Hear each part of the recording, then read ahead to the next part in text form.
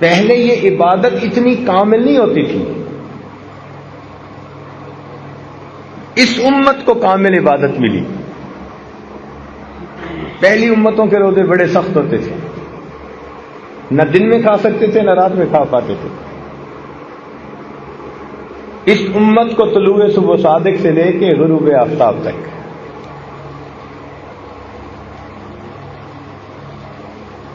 حضرت داؤد علیہ السلام سال کے 6 مہینے روزہ رہتے تھے، ایک دن روزہ ایک دن افطار، ایک دن روزہ ایک دن افطار۔ ہمارے اوپر اگر یہ ہو جاتا تو ہمارے لیے تو مشکل بن جاتی۔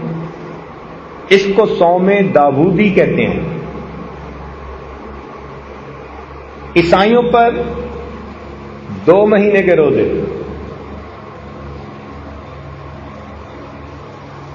یہودیوں پر 40 دن کے روزے۔ حضرت موسیٰ علیہ السلام کو طور پر گئے تو انہوں نے 40 دن روزے رکھے۔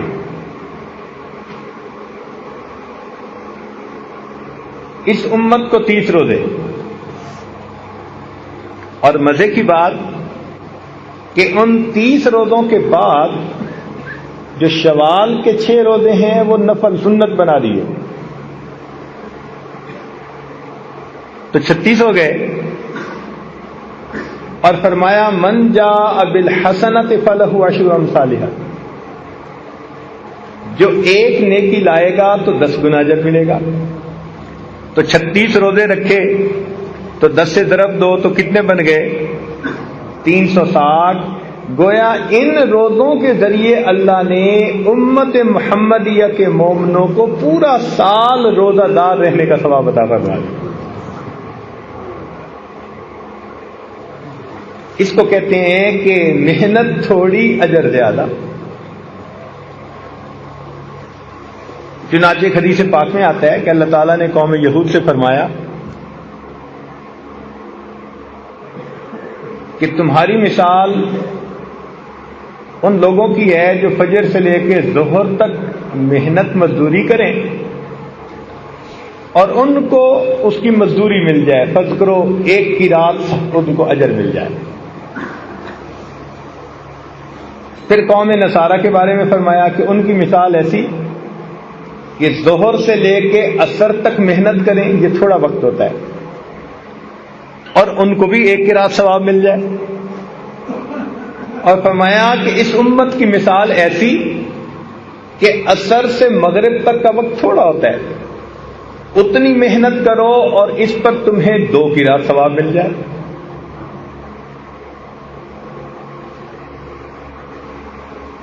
ایسا کیوں؟ کام تو سب نے کیا مگر کسی کو اجر زیادہ۔ آپ نے فیکٹریوں میں دیکھا ہوگا، ایک مزدور اگر 8 گھنٹے کام کرتے ہیں نا تو اس کو تنخواہ ملتی ہے، لیکن 8 گھنٹے سے اوپر جب کام کرتے ہیں تو اس کو اوور ٹائم کہتے ہیں، پھر اس کو ڈبل پے مل جاتی ہے بڑی فیکٹریوں میں۔ اب وہ 1 گھنٹہ کام کرے گا مگر 2 گھنٹے کا اجر ملے گا۔ تو تاریخ انسانیت میں اللہ تعالیٰ نے امت محمدیہ کو اوور ٹائم میں عبادت کرنے کا ثواب عطا فرما دیا۔ تو ان کی عبادت کا وقفہ تھوڑا مگر اس پر ملنے والا اجر بہت زیادہ ہے۔ چنانچہ نبی علیہ السلام نے فرمایا کہ پہلی امتوں کو لمبی عمریں دی گئیں۔ حضرت نوح علیہ السلام 900 سال سے زیادہ عمر پائی۔ بعض لوگ قیامت کے دن 400 سال کی عبادت لے کے آئیں گے، 500 سال کی عبادت لائیں گے۔ ان کی عمریں لمبی ہوتی تھی، حتیٰ کہ کتابوں میں لکھا کہ ایک عورت نبی علیہ السلام کے پاس آئی اور کہنے لگی کہ اے اللہ تعالیٰ کے پیارے نبی صلی اللہ علیہ وسلم، میرے بچے بچپن لڑکپن میں فوت ہو جاتے ہیں، زندہ نہیں رہتے، تو کوئی مجھے دعا بتائیں۔ ان کا کتنی عمر میں؟ کہنے لگی کوئی 200 سال کا ہو کے مر جاتا ہے، کوئی 300 سال کا ہو کے مر جاتا ہے، تو میرے بچے تو پیچھے نہیں لگتے۔ تو انہوں نے کہا خدا کی بندی ایک ایسا وقت آئے گا جبکہ انسانوں کی عمریں ہی 100 سال سے چھوڑی ہوں گی. وہ بڑی حیران ہو گئی اور حیران ہو کے پوچھنے لگی اچھا اے اللہ کے نبی اگر ان کی عمریں ہی 100 سال سے تھوڑی ہوں گی تو کیا وہ بیاہ شادی کریں گے؟ انہوں نے فرمایا ہاں وہ گھر بھی بنائیں گے، وہ بیاہ شادی بھی کریں گے. تو اس نے ٹھنڈی سانس لی. انہوں نے پوچھا کہ تم نے ٹھنڈی سانس کیوں لی؟ وہ کہنے لگی ٹھنڈی سانس اس لیے لی اگر میں اس زمانے میں کبھی ہوتی نا جب عمریں ہی 100 سال سے تھوڑی ہوتی تو میں تو اتنا وقفہ ایک سجدے میں ہی گزار دیتی.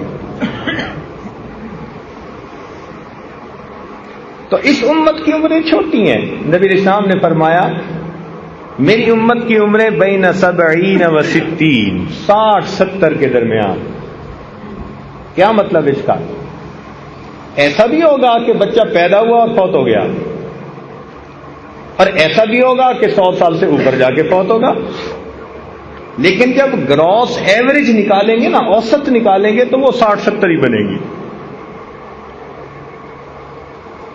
اور آج کل تو آپ دیکھ ہی رہے ہیں یہی 60-70 کی اوسط ہی چل رہی ہے. تو صحابہ کرام کو اس بات پہ بڑا افسوس ہوا کہ پہلی امتوں کے لوگ 5-5 سال کی عبادتیں لائیں گے اور ہماری تو عمریں ہی چھوٹی ہیں تو ہم تو ان کے مقابلے میں بہت تھوڑی عبادت لے کے آئیں گے.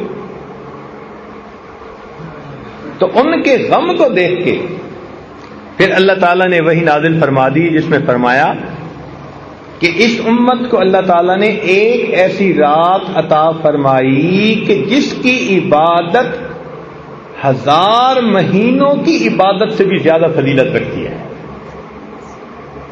وہ لیلۃ القدر ہے. تو اس امت کے ساتھ اللہ تعالیٰ کا بڑا رحمت کا معاملہ.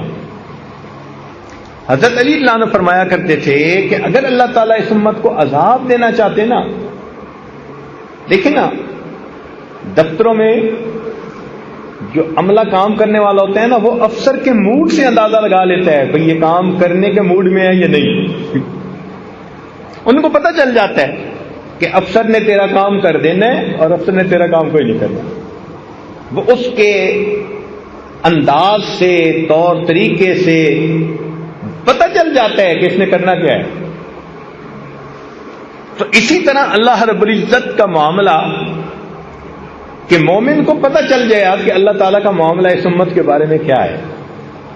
تو حضرت علی اللہ عنہ فرماتے تھے کہ اگر اللہ رب العزت اس امت کو عذاب دینا چاہتے تو نہ اس کو اللہ تعالیٰ رمضان کا مہینہ عطا کرتے اور نہ اللہ تعالیٰ اس کو سورت اخلاص قل واللہ والی سورت عطا فرماتے. فرماتے تھے یہ تو ایسی نعمتیں ہیں کہ ان کو دیکھ کے پتہ چلتا ہے اللہ تعالیٰ اس امت کو عذاب نہیں دینا چاہتے. آپ اپنے گھر میں بڑا دروازہ کہاں رکھواتے ہیں؟ جدھر سے زیادہ مہمانوں کو لانے کا پروگرام ہو. اور گھر کے پیچھے کر کے ایک چھوٹا سا دروازہ ہوتا ہے گھر والوں کے لیے، بچوں کے لیے. وہ چھوٹے دروازے سے آتے جاتے رہتے ہیں مستورات. اور یہ مین گیٹ ہوتا ہے جہاں سے لوگ، مجمع، مہمان سب آتے ہیں. آگے مہمان خانہ بنا ہوتا ہے. تو دستور یہ ہے کہ زیادہ کیپیسٹی ادھر رکھی جاتی ہے جدھر زیادہ لوگوں کو لے جانا ہو. اب دیکھیے قرآن مجید میں ہے کہ جہنم کے 7 دروازے، لہا 7 ابواب، 7 دروازے ہیں.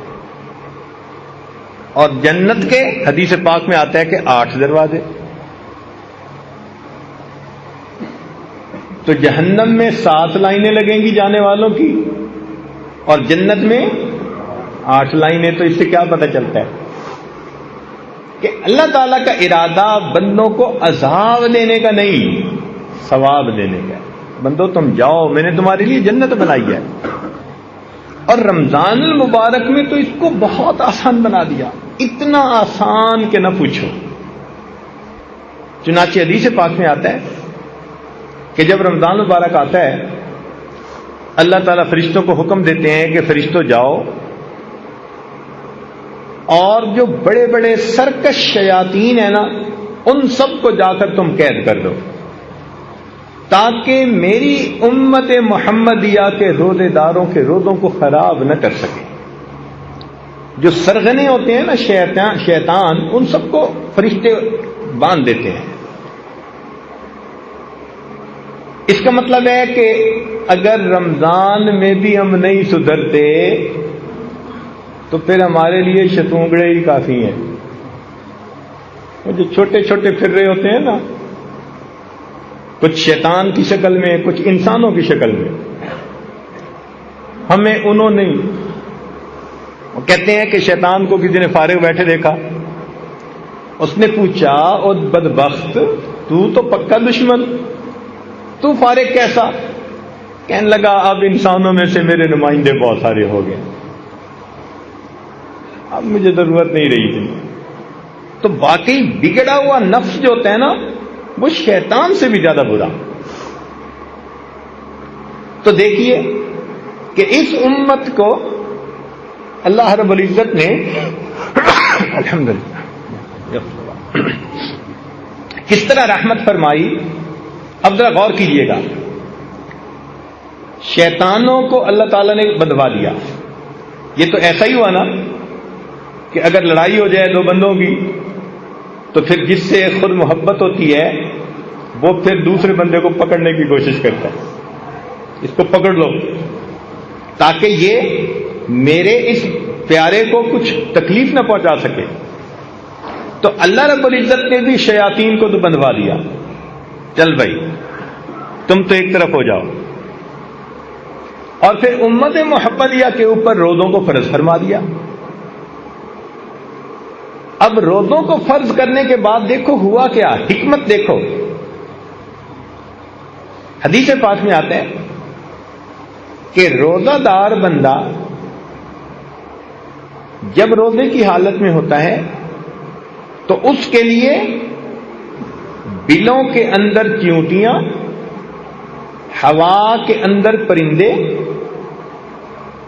اور سمندر کے پانی کے اندر مچھلیاں بھی مغفرت کی دعائیں کر رہی ہوتی ہیں. اب دیکھو مومن نے روزہ رکھا، اس کے لیے چیونٹیاں بھی دعائیں کر رہی ہیں، پرندے بھی دعائیں کر رہی ہیں، مچھلیاں بھی دعائیں کر رہی ہیں، ساری مخلوق کو دعاؤں میں لگا دیا. واہ میرے مولا، بخشش کے بہانے دیکھیے شیطان کو قید کر دیا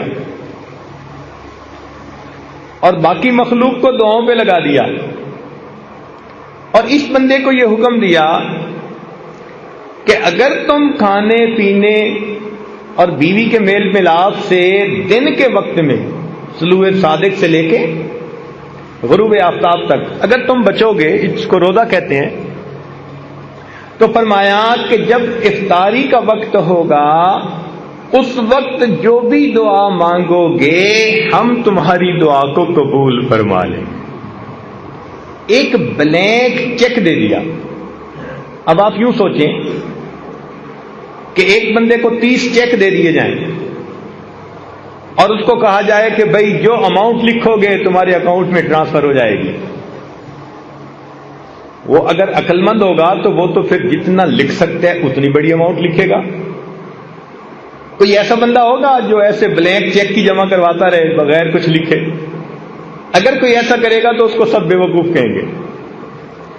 اب اللہ تعالیٰ نے ہمیں 30 دن جو رمضان کے دیے تو 30 دن افطاری کے وقت میں ہمارا ایک چیک اللہ کے ہاں جمع ہوتا ہے اور اس چیک کے اوپر نیکیوں کی اماؤنٹ ہم لکھتے ہیں. ہم نے دیکھا نا کمپنی کا بڑا ڈائریکٹر ہوتا ہے، کہیں سفر پہ جانے لگتا ہے تو اپنے جنرل مینیجر کو چیک بک ہی دے کے چلا جاتا ہے، کہتے ہیں یہ چیک بک ہے، اگر ضرورت پڑے تو پھر بینک سے تم پیسے لے لینا. یوں سمجھیے کہ اللہ رب العزت نے امت محمدیہ کے روزے داروں کو 30 چیک عطا فرما دیے. میرے بندو لکھو تم جو کہتے ہو. دیکھیں نا ہم اپنے گھر کسی مزدور کو لے کے آئیں، بات ذرا سمجھنے کی کوشش فرمائیں، اور وہ 8-7 گھنٹے کام کرے،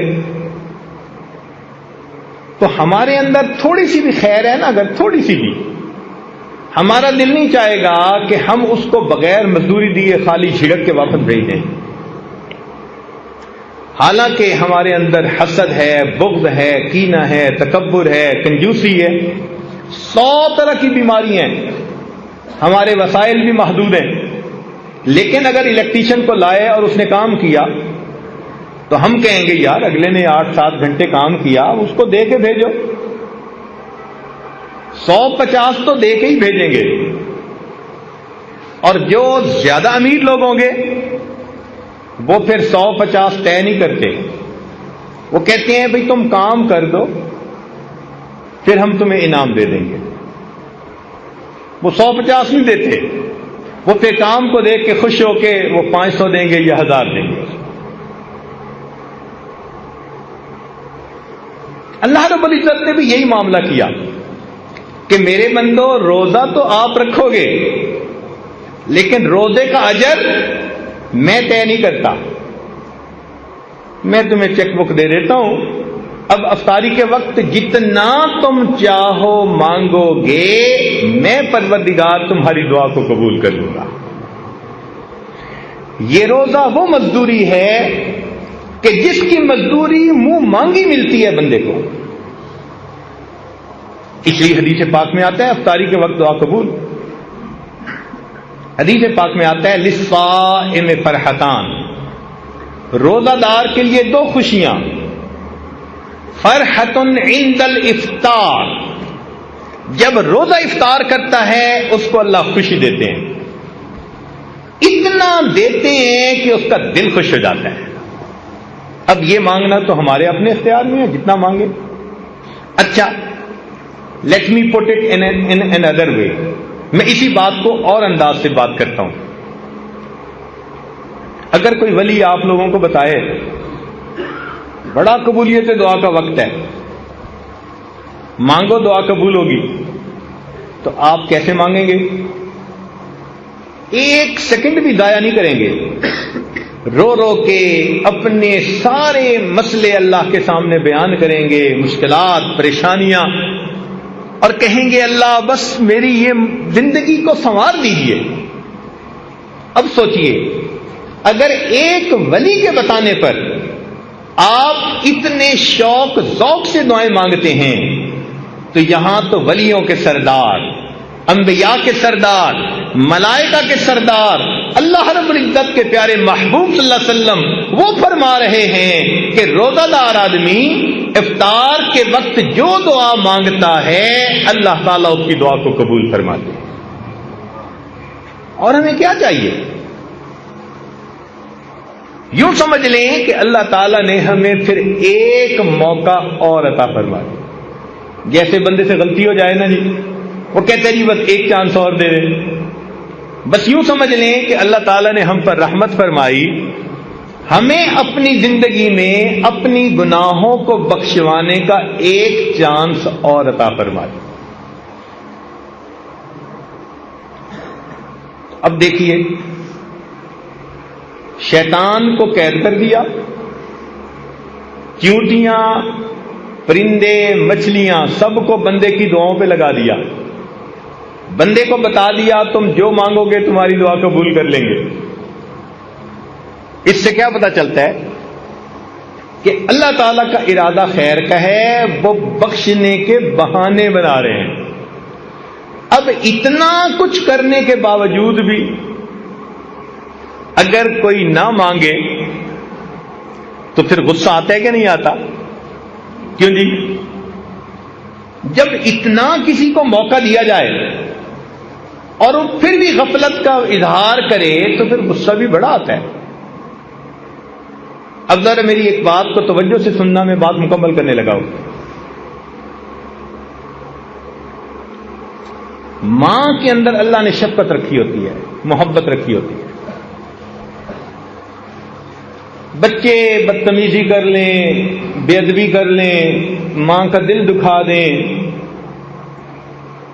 ماں پریشان ہو جائے گی، رو لے گی، بد دعا نہیں دے گی. بیٹے کو بد دعا کبھی نہیں دے گی. کیوں؟ اس محبت کی وجہ سے، اس محبت کی وجہ سے جو ماں کے دل میں ہے.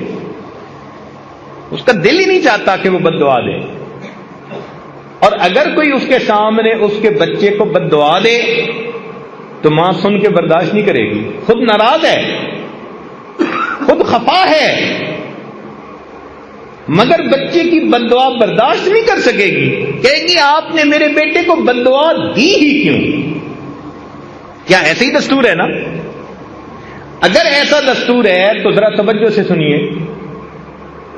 حدیث پاک میں آتا ہے کہ نبی علیہ الصلوۃ والسلام ممبر سے نیچے تشریف لا رہے تھے، آپ نے آمین کہی. میں پوری حدیث پاک کا تھوڑا سا حصہ جو مضمون سے متعلق ہے وہ عرض کر رہا ہوں. صحابہ کرام نے پوچھا، اللہ کے نبی آج آپ نے یہ کیا فرمایا؟ تو فرمایا جب میں نے قدم رکھا تو جبرائیل امین میرے پاس آئے اور انہوں نے بد دعا دی، باعودہ، برباد ہو جائے وہ شخص جس نے رمضان کا مہینہ پایا اور اپنی بخشش نہ کروائی. اب یہ بد دعا کس نے دی؟ جبریل علیہ السلام نے. اور یہ بھی ذہن میں رکھیں کہ فرشتے کوئی کام خود نہیں کرتے. قرآن مجید میں ہے لا یعصون اللہ ما امرہم ویفعلون ما یؤمرون. کوئی کام خود نہیں کرتے، وہی کرتے ہیں جو پروردگار کا حکم ہوتا ہے.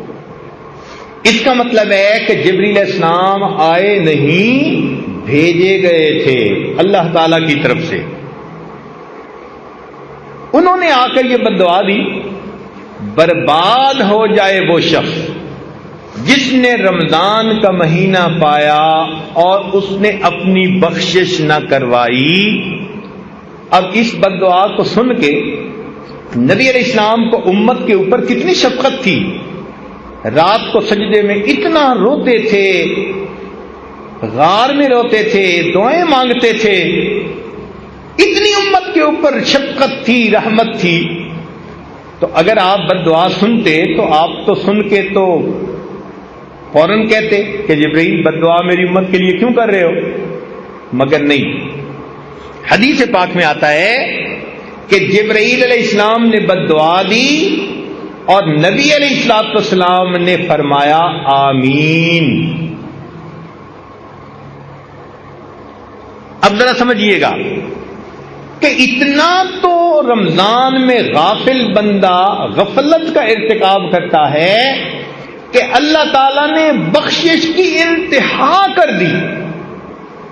میرے بندے، میں شیطانوں کو بدوا رہا ہوں، میں تمہارے لیے پرندوں کو، مچھلیوں کو دعاؤں پہ لگا رہا ہوں، اور میں تمہیں اختیار دے رہا ہوں، جو روزہ رکھ کے مانگو گے میں تمہیں دوں گا. پھر بھی اگر تم میری طرف متوجہ نہیں ہوتے تو اس کا مطلب ہے تم بدبخت ہو پرلے درجے کے، پھر تمہاری بدبختی میں کوئی شک نہیں. اب جبرائیل علیہ السلام نے آ کے کہہ دیا برباد ہو جائے وہ شخص جس نے رمضان کا مہینہ پایا اور اپنی مغفرت نہ کروائی. اور اللہ کے محبوب صلی اللہ علیہ وسلم نے آمین کہہ کر اس پر سٹیمپ کر دی، مہر لگا دی.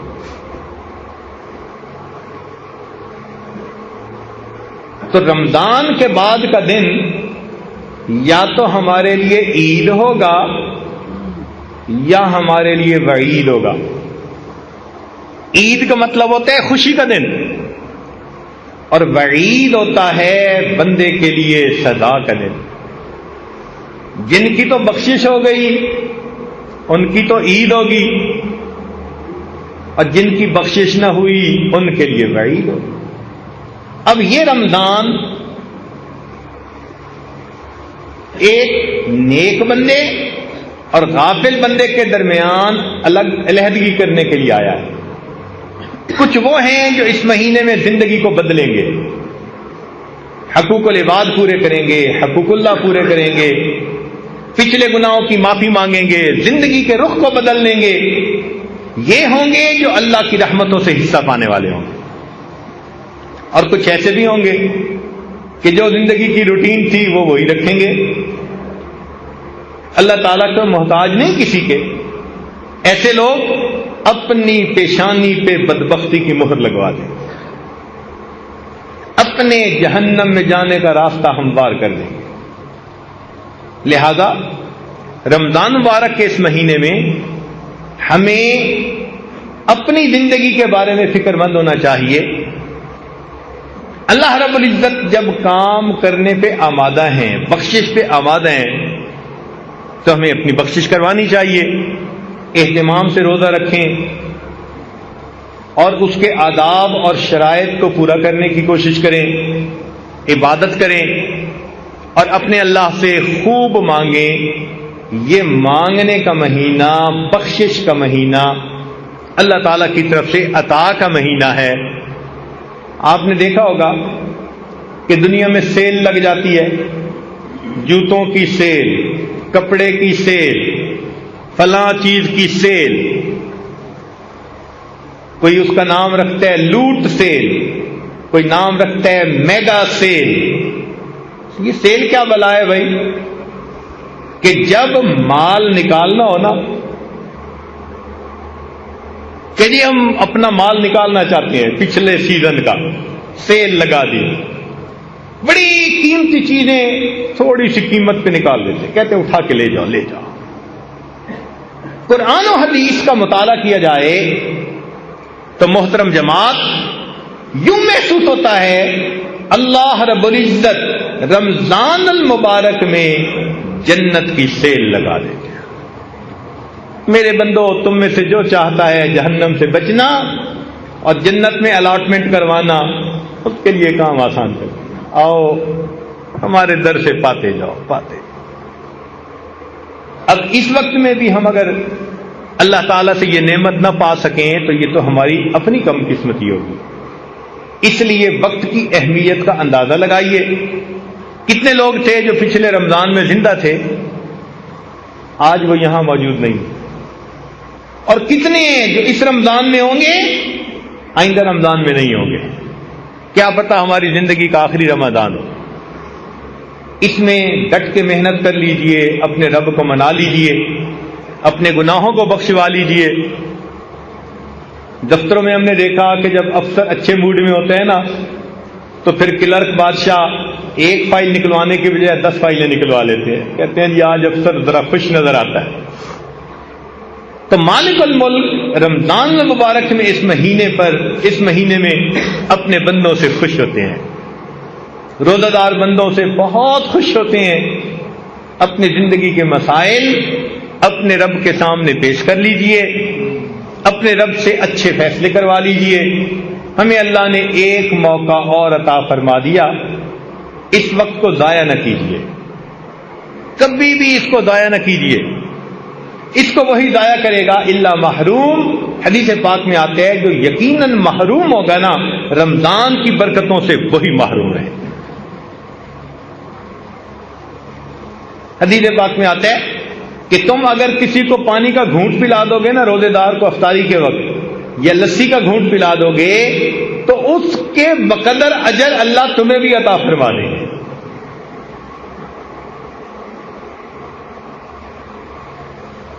کتنی اللہ رب العزت کی رحمت اور بخشش ہے۔ یہ دھلنے کا مہینہ، ایک ایک لمحے میں وہ برکتیں اللہ تعالی کی طرف سے اترتی ہیں۔ اگر کوئی دل کو قبول کرنے والا بنائے تو ایک ایک لمحے میں وہ اللہ کا ولی بن سکے۔ رمضان کا ایک لمحہ بندے کو ولی بنا دینے کے لیے کافی ہے۔ اللہ کی طرف رجوع کر لیجئے۔ کئی دفعہ ہم نے ہی لاک لگائے ہوتے ہیں نا دروازے کو۔ ہم نے ایک ملک میں دیکھا، افریقہ کا ملک تھا، وہاں مکان کے 3 4 تالے لگے ہوتے تھے، ایک تالا پھر دوسرا پھر تیسرا۔ تو ان سے پوچھا، وہ کہنے لگے جی کہ ہمارے ہاں یہ جو کالے لوگ ہیں یہ بہت ہی من مرضی کرنے والے لوگ ہیں، تو کئی مرتبہ یہ گھر میں گھس آتے ہیں چوری ڈاکے کے لیے، تو پھر ہم نے کئی تالے لگائے ہوتے ہیں۔ مجھے بھی ایسے ہی لگتا ہے کہ ہم نے بھی اللہ تعالیٰ کی جو رحمت کا دروازہ ہے نا اس کو گناہوں کے تالے لگائے، یہ کھل نہ سکے. جھوٹ کا تالا لگا ہوا ہے، لوگوں کے دل دکھانے کا تالا لگا ہوا ہے، بد کرداری کا تالا لگا ہوا ہے. حدیث پاک میں آتا ہے کہ چند بندوں کی اللہ تعالی لیلۃ القدر میں بھی مغفرت نہیں کرتے، لیلۃ القدر میں بھی ان کی مغفرت نہیں ہوتی. ان میں سے فرمایا ایک جو دل میں دوسروں کے خلاف بغض رکھنے والا ہو، کینہ رکھنے والا.